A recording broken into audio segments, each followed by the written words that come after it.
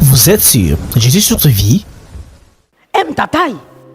Ne te sens pas trop court, trop long. Tu es parfait. Mon frère, moi j'aime ma taille ici à un niveau. Ça veut dire même toi-même tu seras dépassé. Ça veut dire toi-même tu seras dépassé. Des fois quand je demande à mon mari de venir prendre quelque chose pour moi, dans le placard du haut, je lui dis, Annie, est-ce que tu peux venir? Il me dit oui. Pourquoi? Viens un peu utiliser ce que le Seigneur t'a donné.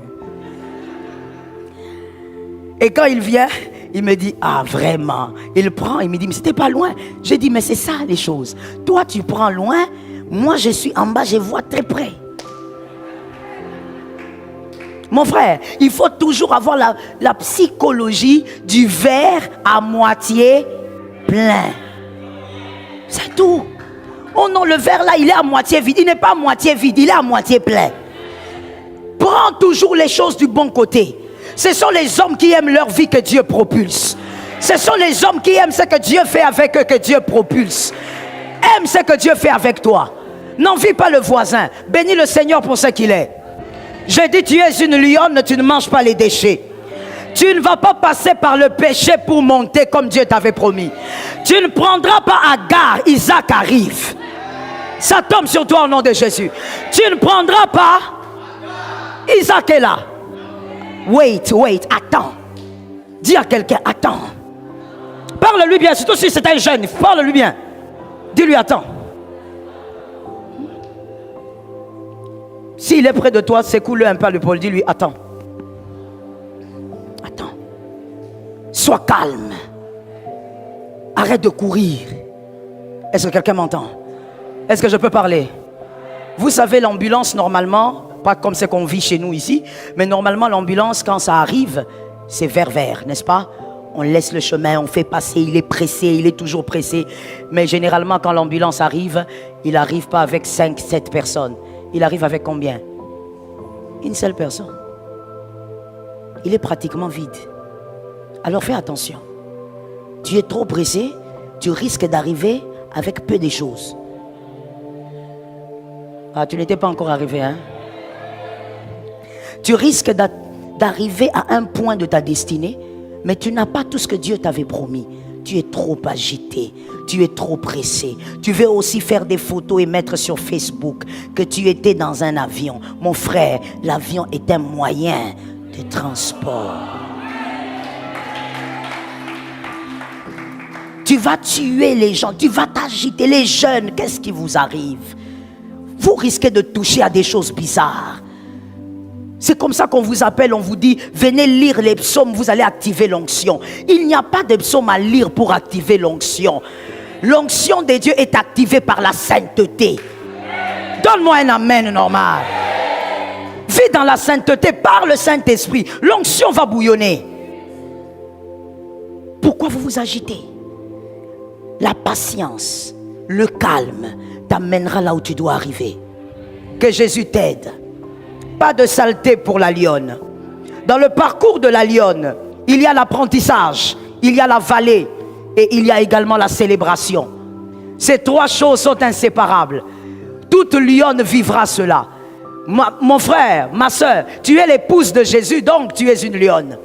Tu vivras l'apprentissage. Il y a un temps où Dieu veut t'apprendre des choses. Il y a un temps où Dieu veut que tu t'asseyes, que tu apprennes.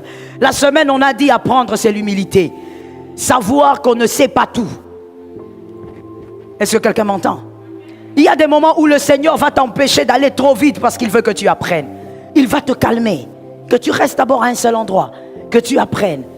Il y a des personnes très bizarres, je vais les appeler comme ça, ou les qualifier comme ça. Très bizarres, étranges, difficiles, que Dieu mettra à côté de toi. C'est pour que tu apprennes l'apprentissage. À un autre moment, la vallée va venir. Oh, je dis à quelqu'un, j'aime la vallée. Je te choque, mais c'est vrai. J'aime la vallée. Pourquoi? La première raison pour laquelle moi, Joël, j'aime la vallée, c'est parce que je suis seul. Et j'aime les moments où je suis seul parce que j'entends Dieu comme il veut me parler. Les moments où je suis seul avec Dieu, ce sont les moments où je peux évaluer la qualité de ma relation avec Dieu. Les moments où je suis seul. La vallée ne te tue pas. La vallée t'aide à réaliser que Jésus est le seul. Je reprends ça. La vallée, les difficultés, les problèmes que tu vivras, ce n'est pas pour te tuer. Ce n'est pas pour t'achever. C'est pour que tu apprennes que Jésus est seul. Même si tu es entouré, mais en réalité, Jésus reste le seul. Il reste le seul excellent dans tous les domaines. La vallée ne doit te faire jamais douter de Jésus. Je dis ne doute pas de Jésus. Oh mon Dieu, je suis venu comme un messager qui parle à ton cœur. Ne doute pas de Jésus. Même s'il arrivait que vous ayez tellement de problèmes dans votre famille, dans votre foyer, au point où vous êtes obligé d'aller encore dans la famille, dans la maison familiale, où tu te sens diminué, tu te sens pétrifié. Oh, Jésus ne te pétrifie pas. La vallée est en train de faire de toi une femme, un homme différent. La vallée est en train de te fortifier. Même si tu as fait de grandes études, mais aujourd'hui tu n'as pas de travail. Et les gens ont l'impression que tu quémandes à gauche, à droite. Je dis à quelqu'un, ne doute jamais de Jésus. Jésus est là, il est en train de t'amener à réaliser qu'il n'y a que lui. Il y a des gens dans cette salle, oui je le crois Seigneur, que les personnes que Dieu fera arriver au sommet. Tu n'es pas encore au sommet. Au sommet de ta destinée, tu n'es pas encore là. Oui, peu importe ton titre, tu n'es pas encore là. Dieu te fera arriver là-bas. Mais quand tu arriveras, toi tu n'abandonneras pas Jésus. Toi tu auras des galons mais tu balayes l'église. Toi tu auras des galons mais tu fais le service d'accueil. Parce que tu as traversé la vallée avec Jésus, tu sais qui est Jésus. Tu ne seras pas comme ceux-là. Une toute petite, non on ne va pas dire ça comme ça, un semblant d'élévation. Les dimanches il va jouer au golf. Il n'arrive même pas à jouer parce qu'il ne sait même pas jouer. Son papa n'a pas joué. Son grand-papa. Même tenir la batte là, il ne sait pas tenir. Mais pourquoi? Parce que je suis dans un certain milieu. Le dimanche, on joue au golf. Le dimanche, je fais le jogging. Papa, depuis que tu as commencé à faire ton jogging là, tu ne maigris pas. Regarde comment tu es. Au lieu de venir à l'église. Non, vous voyez ça? Est-ce que je peux choquer? Vous êtes sûr? Si le voisin quitte l'église, je veux choquer en disant ceci. La vérité, c'est que les personnes qui ont ce genre de comportement ont deux origines. Soit elles ont été très mal enseignées par rapport à la parole de Dieu, aux valeurs chrétiennes, ou encore, ce sont des personnes qui ont découvert la richesse ou l'argent en retard. Je choque, hein? Ça veut dire, il y a eu un petit retard dans ta découverte des billets verts. Tu as grandi avec les francs congolais, francs congolais, francs congolais, francs congolais. Arrivé à 30 ans, ouh là là, tu commences à voir Franklin. Et là maintenant, tu te dis, c'est ça la vie. C'est ça la gloire. Alors que si quand tu étais petit, il y a des papas aussi qui ne sont pas gentils. Hein. Si quand tu étais petit, ton papa même de temps en temps te donnait un petit $5. Va à l'école, c'est pour le goûter. Tu n'allais pas avoir ce comportement-là. Ce comportement, tu l'as parce que tu découvres quelque chose alors que c'est une chose qui est en réalité normale. L'argent ne transforme pas le comportement des hommes. Non, l'argent fait ressurgir le comportement des hommes. Il était comme ça. Oh non, il est devenu orgueilleux. Hein? Ah, papa, maman, vous avez remarqué, le frère là est devenu orgueilleux. Papa, maman, il n'est pas devenu orgueilleux. Il n'était pas humble aussi. Il manquait. Ne confondez pas l'humilité et la pauvreté. Prends ça comme ça. Donc quand on connaît Dieu, quand on a été bien enseigné dans une église, lorsqu'on a compris qui est Jésus dans la vallée, l'argent c'est rien. Est-ce que quelqu'un m'a entendu? L'argent c'est... J'étais en train de dire, je ne sais plus c'était où, mais en tout cas je te le dis aussi. J'étais en train de dire ceci. La plupart des gens disent, moi j'ai grandi seul, moi j'ai grandi ceci. Chacun a son expérience et chacun a sa vie. N'est-ce pas? Mais moi j'ai une autre expérience qui m'a permis d'aimer Jésus à ma manière.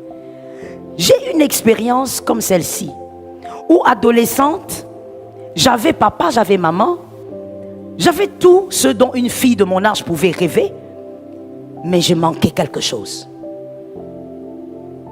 Et je ne comprenais pas d'où venait ce manque, d'où venait ce vide. Mon père des fois me disait, mais qu'est-ce que tu veux? Tu as besoin de quoi? Tu veux voyager? Non. Mais j'ai quelque chose qui me manque. Et à certains moments, j'ai des problèmes que l'argent ne peut pas résoudre. Les limites de l'argent. J'ai des problèmes que la maman qui m'aime beaucoup ne peut pas résoudre. J'ai des problèmes que mon père, qui était presque 100% père, ne peut pas résoudre. C'est là que je me rends compte qu'il doit y avoir quelqu'un qui a les paroles que papa et maman n'ont pas. Il doit y avoir quelqu'un qui est plus fort que l'argent. Il doit y avoir quelqu'un qui doit me guérir de certaines choses dont l'argent n'a pas pu guérir. Et c'est là que tu dis, Jésus est différent. La vallée de l'ombre de la mort ne doit jamais te faire croire que Dieu t'a oublié. Il ne t'a jamais oublié. D'ailleurs, si tu tiens dans la vallée, c'est parce qu'il est devant. Est-ce que quelqu'un m'entend? Peu importe ce que tu vivras, c'est parce que Jésus est devant que tu tiens encore. Ne lâche pas Jésus. La vallée fait partie des parcours des lionnes. En sortant de là, tu auras un témoignage. Tu dois avoir un témoignage. Tu dois savoir quoi dire. Je dis à quelqu'un, laisse à tes enfants les dieux de ton expérience. J'étais en train de dire quelque part, je te le dis aussi. C'est bien de dire le Dieu de Joël, mais ça c'est mon Dieu. Où est ton Dieu? Parle-moi aussi de ton Dieu. Parce que quand tu parles de ton Dieu, tu parles du Dieu avec qui tu as vécu des choses extraordinaires dans la vallée. On l'appelle le Dieu d'Abraham parce qu'il a gardé la foi. On l'appelle le Dieu d'Abraham parce qu'il a eu Isaac dans la vieillesse. Mais il fallait qu'il attende pour avoir cet Isaac. Tu auras aussi ton témoignage. Mais tu dois passer par la vallée.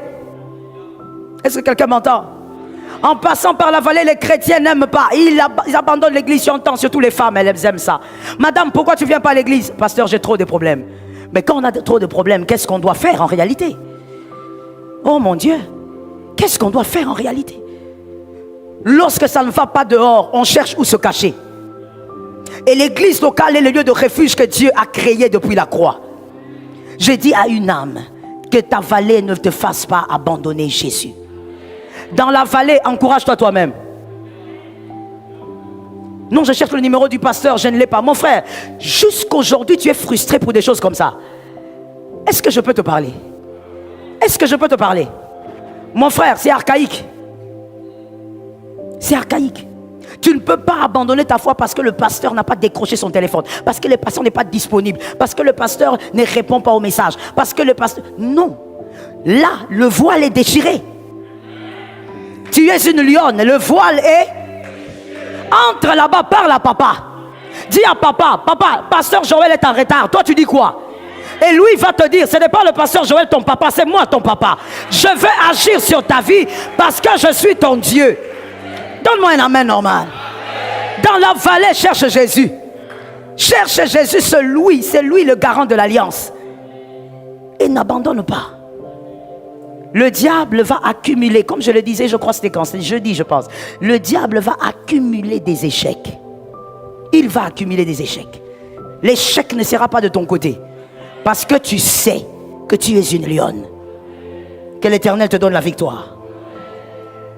Même si le serpent brûlant, vous vous rappelez du serpent brûlant? Avec Moïse, le peuple d'Israël. Même si le serpent brûlant vous mordait, regardez au serpent d'airain. On ne lâche pas. On ne regarde pas Moïse. On regarde le serpent d'airain. On ne regarde pas Aaron. Regardez le serpent d'airain. Focalisez-vous sur Jésus. Que les hommes qui sont dans cette salle me donnent un amen. Que les femmes qui sont dans cette salle me donnent un amen. Captez-moi bien. Lorsque vous souffrez, vous avez mal, vous avez des douleurs émotionnelles, focalisez-vous sur Jésus. Oh, n'accuse pas ton mari, ne dis pas il ne m'aime pas. Ma soeur, là où tu voudrais qu'il t'aime, là, il ne peut pas arriver. N'accuse pas ta femme, ne dis pas qu'elle ne m'aime pas. Là où tu voudrais qu'elle t'aime, elle ne peut pas arriver. C'est un domaine privé. Ça appartient à JC. Est-ce que quelqu'un m'entend? Ça appartient à Jésus-Christ, il ne peut pas arriver là-bas. Il y a certaines paix que tu recherches auprès des hommes, ils ne peuvent pas donner, c'est un domaine privé. Là-bas, c'est Jésus qui arrive. Que l'Éternel te donne la victoire. Jésus est le serpent de rein. Regarde le serpent de rein. Réfléchissons. Pourquoi lorsque le serpent brûlant morde le peuple d'Israël, Jésus prend l'image aussi d'un serpent? Pourquoi est-ce qu'il n'a pas sauvé ce peuple par une autre image? L'agneau, le lion, l'aigle. Parce qu'en réalité, Jésus a envie de te dire, lorsque tu es dans la douleur, c'est dans la même douleur. Je ne changerai pas de forme. La même douleur, c'est celle-là qui te célébrera. Si tu as beaucoup été humilié parce que tu manquais d'argent, c'est dans ça que tu seras célébré. Oui. C'est en nourrissant tes frères que tu seras célébré. Comme Joseph. Si tu as été humilié parce que les hommes ne pouvaient pas t'aider, tu as été diminué, tu manquais de tout, c'est dans ça, dans le même domaine, que tu seras célébré. Le serpent de rein va guérir tes blessures. Le serpent de rein va même enlever la douleur. Voilà pourquoi je te dis, mon frère, ne te déplace pas. Je parle du lieu de ta souffrance. Ne bouge pas. Reste là. Ne lâche pas Jésus. Au même endroit, le témoignage sortira. Il faut que le témoignage sortira. Le serpent des reins, je dis le serpent de reins.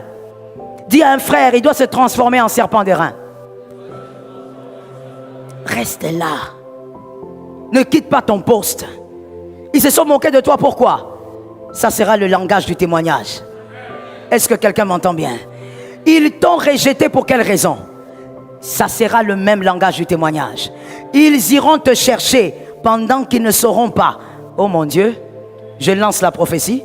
Ces personnes vont te chercher alors qu'ils ne sauront pas. Qu'en te cherchant, c'est toi qui deviendras chef.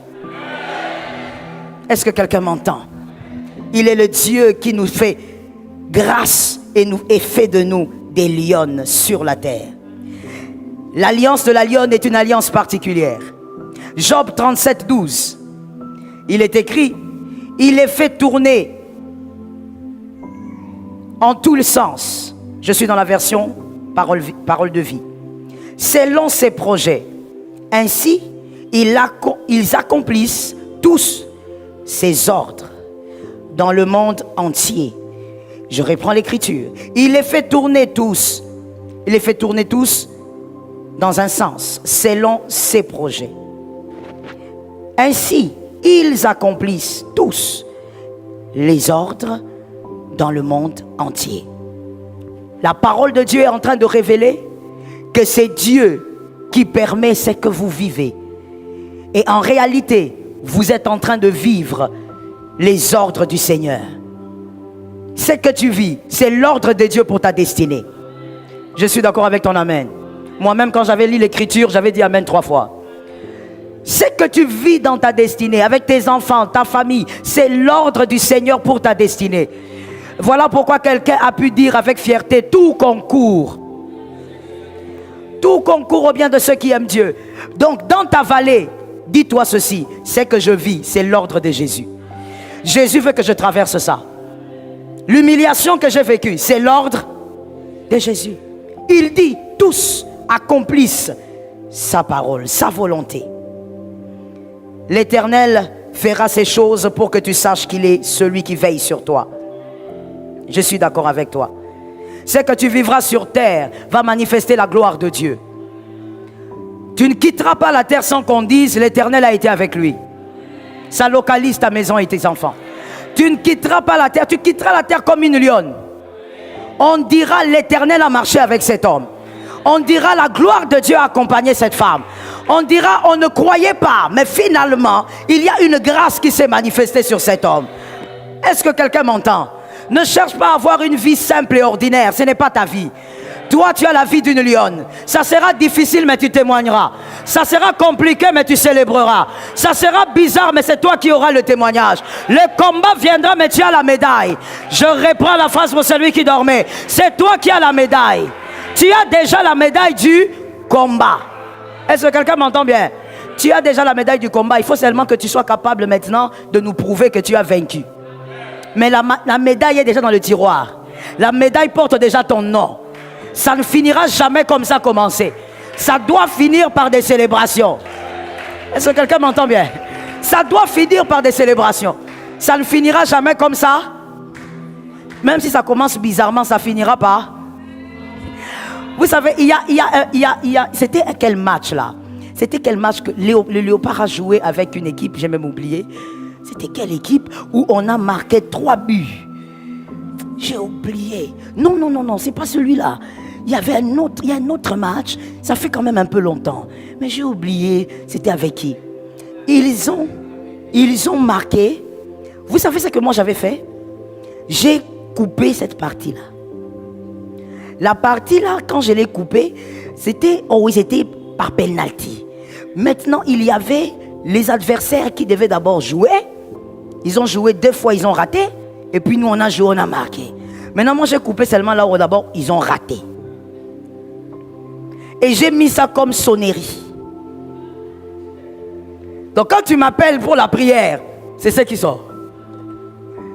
Et ça commençait par quoi? Par ceux qui ont d'abord. Et des fois, même quand tu m'appelles, ça sonne longtemps. C'est parce que je regarde les bouts du match, là. Je savoure. Je regarde, je dis, voilà. Il lance, raté. Là, toi, tu m'appelles, hein? Pasteur Joël. Et à un moment donné, maintenant, c'est notre tour. Je sais qu'ils vont marquer. Parce que j'ai déjà vu ça. J'ai même bien coupé. Écoute, tu vois, quand tu pleures beaucoup, là, quand tu te plains partout, tu sais que tu es en train de gaspiller les témoignages. Tu gaspilles le témoignage. Même les anges sont au courant de comment ça va finir. Il n'y a que toi qui ne sais pas. Mais les anges ressemblent à nous qui regardons un match en différé. Les anges savent que ça va finir par un bon témoignage. Alors quand toi tu vas te plaindre à gauche, à droite, vous savez, ma vie. Mon frère, tu es en train d'effriter le témoignage. Parce que même si Dieu fait des bonnes choses, moi je vais te dire, Dieu a fait, mais tu as trop pleuré, hein, toi aussi. Tu as trop pleuré. Mais tu dois avoir la carrure de celui qui témoigne sans fissure. Ça te localise là où tu es. Tu témoigneras en 2023 sans... C'est-à-dire quand tu témoignes, les hommes vont dire, ah bon? Tu as vécu ça? Oh, nous on était avec toi à l'église pendant cette... Ah bon? Non, dis-nous d'abord, explique un peu. Toi, celui qu'on voyait là chanter avec joie, tu te servais à l'église. Toi, tu as vécu... Oui, moi j'ai vécu ça. Ah bon? Et Dieu a fait. Dieu a fait. Les vaillants sont là. Et ces vaillants vivront cela.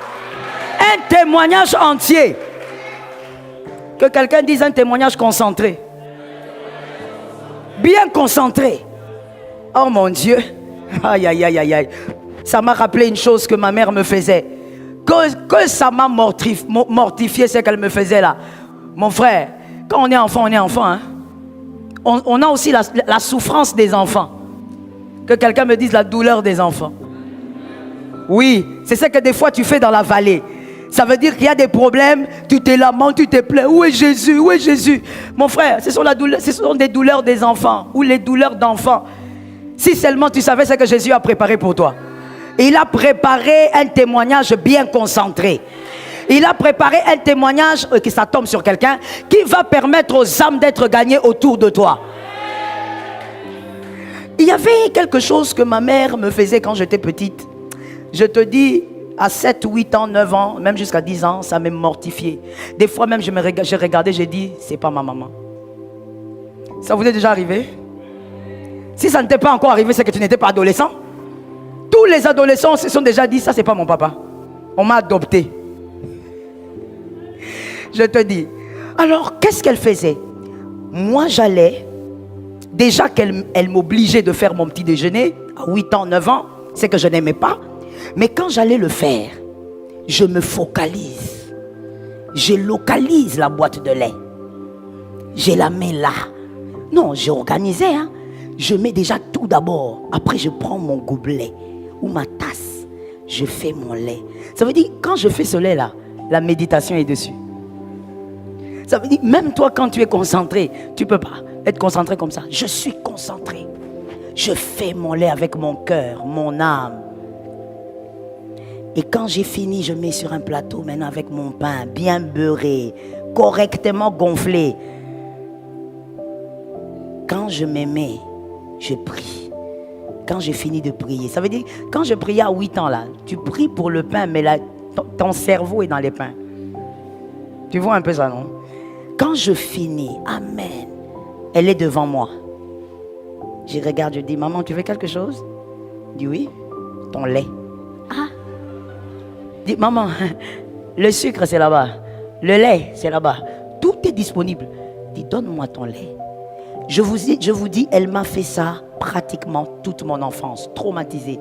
Et un jour, j'avais, je crois, 13 ans. Je lui ai dit, maman, est-ce que vraiment je peux savoir pourquoi tu m'arraches mon lait? Vous savez ce qu'elle m'a dit? Un jour, tu comprendras. Point.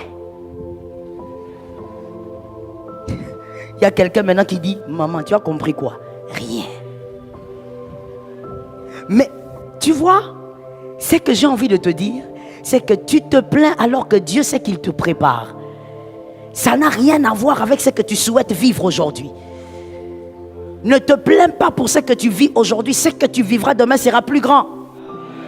Je suis d'accord avec toi. Lisez avec moi s'il vous plaît Exode 19, 4. Et on va s'arrêter là. Exode 19, 4.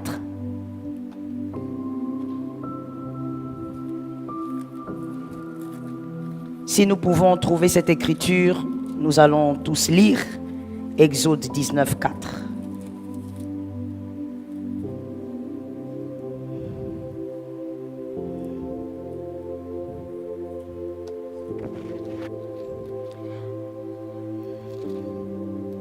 Vous l'avez trouvé? D'accord, c'est parfait. Exode 19, 4. Il est écrit, on y va?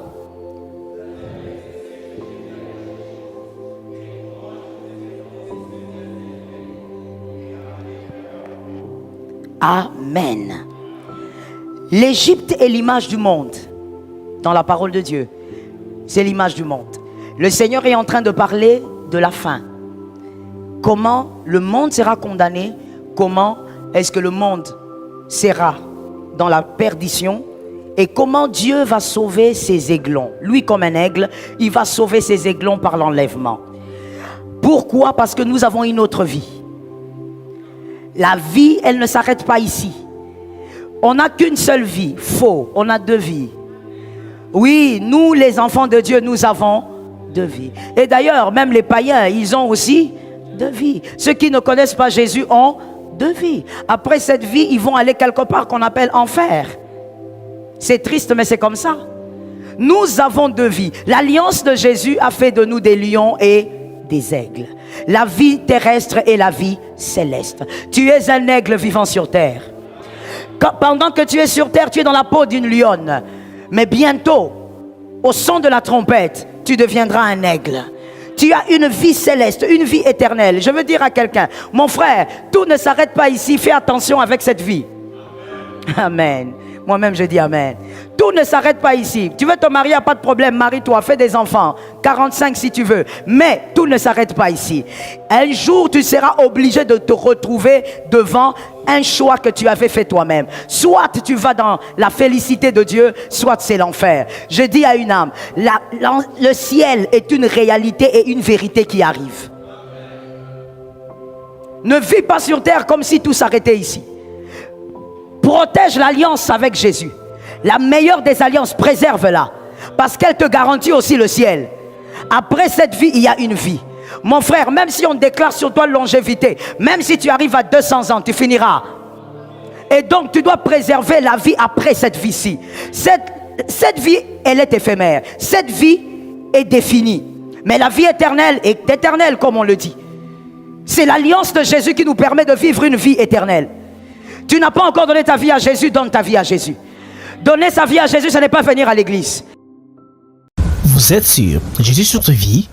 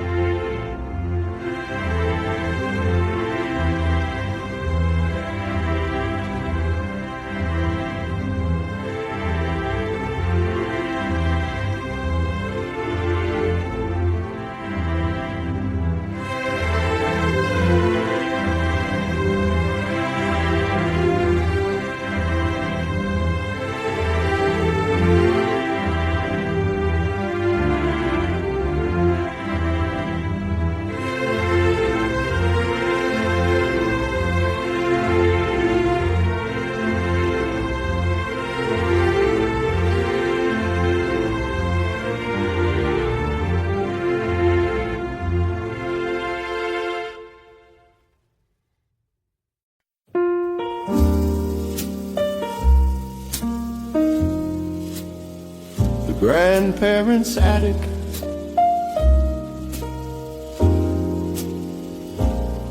up the creaking steps where the dust motes dance and float, a smell of cedar wood and forgotten winter coat. The air is thick with silence, time moves at a snail's pace in this warm corner, holding history in its place.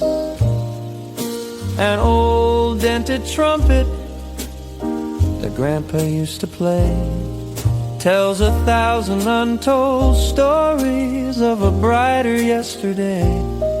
Here's a shoebox tied with string, full of photographs in black and white, faded smiles from decades past, bathed in attic light. This is more than just a room beneath the sloping eaves. It's a library of whispers rustling through the leaves, a slow and gentle rhythm of a life lived long and true. The grandparents' attic is a place where time slows down for you. Every broken doll and chipped teacup sings a sweet old song, telling me exactly where I came from, where I belong.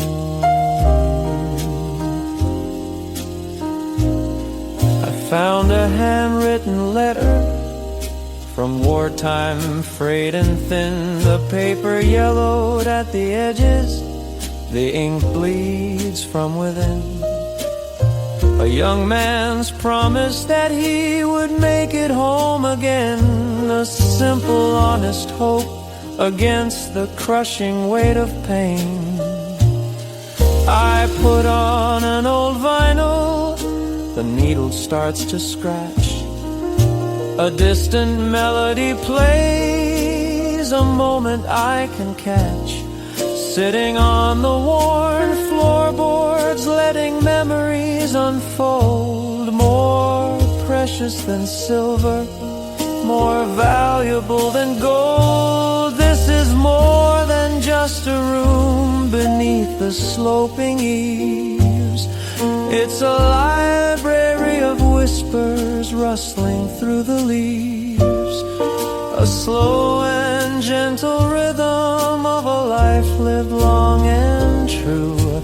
The grandparents' attic is a place where time slows down for you. Every broken doll and chipped teacup sings a sweet old song, telling me exactly where I came from, where I belong.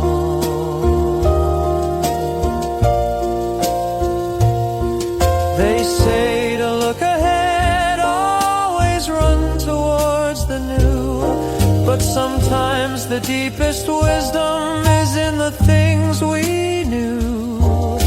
A legacy of love in the things they left behind.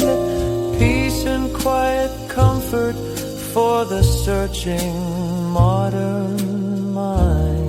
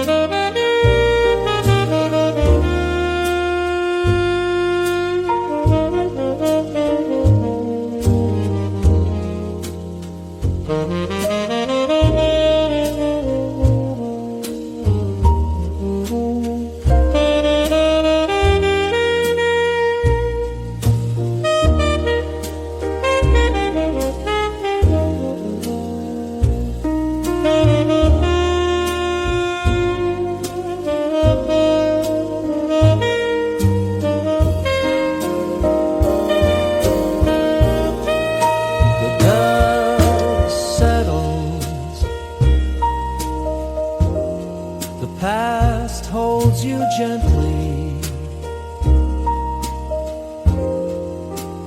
I belong.